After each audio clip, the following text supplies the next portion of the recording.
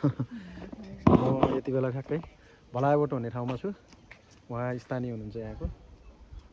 यो ठ्याक्कै अन्नपूर्ण यो रिजर्भ राष्ट्रिय प्रकृति संरक्षण अन्तर्गत पर्दो छ। अन्नपूर्ण संरक्षण क्षेत्र आयोजनाभित्रै पर्दो रहेछ यो। यहाँ यो तपाईँहरू देख्न सक्नुहुन्छ जटायु गिद्ध रेस्टुरेन्ट। मेरो पृष्ठभूमिमा तपाईँले देख्नुभयो यो गिद्धहरूको लागि खाना खुवाउने होइन, सङ्कटपन्न गिद्ध संरक्षणका लागि समुदायबाट व्यवस्थित गिद्धलाई खाना खुवाउने रेस्टुरेन्ट। यो कुनै त्यस्तो रेस्टुरेन्ट होइन, यो गिद्धहरूको रेस्टुरेन्ट हो। गिद्धहरूलाई अब सङ्कट त्यो बुढा भएका गाई भैँसीहरू लाने त्यसलाई दिने। अब तिनीहरू अब खाना पाउने बेलासम्म खान्छन् के अरे, अब खान नपाएपछि तिनीहरूलाई अरू मर्नु बाहेक के भएर भन्नाले अब एकदमै त्यही नै गिद्धका आएर त्यही नै भयो रेस्टुरेन्ट भन्ने त्यही अब यो भन्नाले यो कसले कम्युनिटीले गरेको हो? हजुर, समुदायले गरेको हो। समुदाय छ भन्नाले यहाँ छ एउटा समिति छ। यो एटिएफको समितिहरू हुनुहुन्छ होइन। हजुर,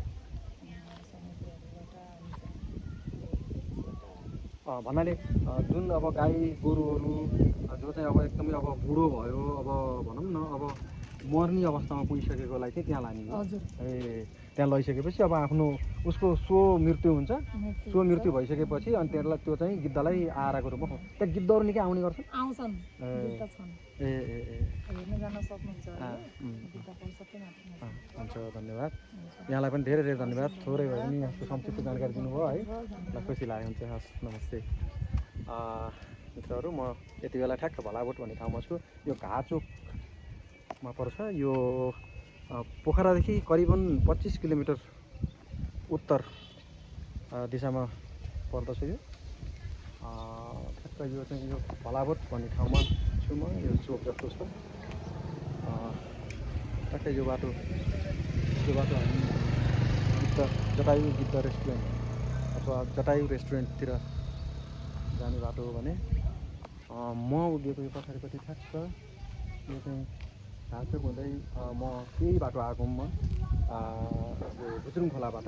ठ्याक्क भुज्रुङ खोला जुन रेनको ट्राउटहरू अब त्यता जाने बाटो हुन्छ, त्यो बाटोबाट म यसरी घुमेर ठ्याक्क घाचोक, म अहिले ठ्याक्क घाचोकको भलाबोट भन्ने ठाउँमा आएको छु। निकै रमाइलो ठाउँ रहेछ यो। अन्नपूर्ण संरक्षण क्षेत्रभित्र पर्दो रहेछ। शान्त ठाउँ छ, रमाइलो छ, रमाइलो। म आज शनिबारको साइक्लिङ मेरो, म पोखरादेखि भुज्रुङ खोला आउँदै भुज्रुङ खोलाबाट त्यसरी घाचोक र अहिले म ठ्याक्क भलाबोटमा छु है त। मित्रहरू, म फेरि यस्तै जानकारी दिने नै छु। कहिलेलाई छुटौँ ल।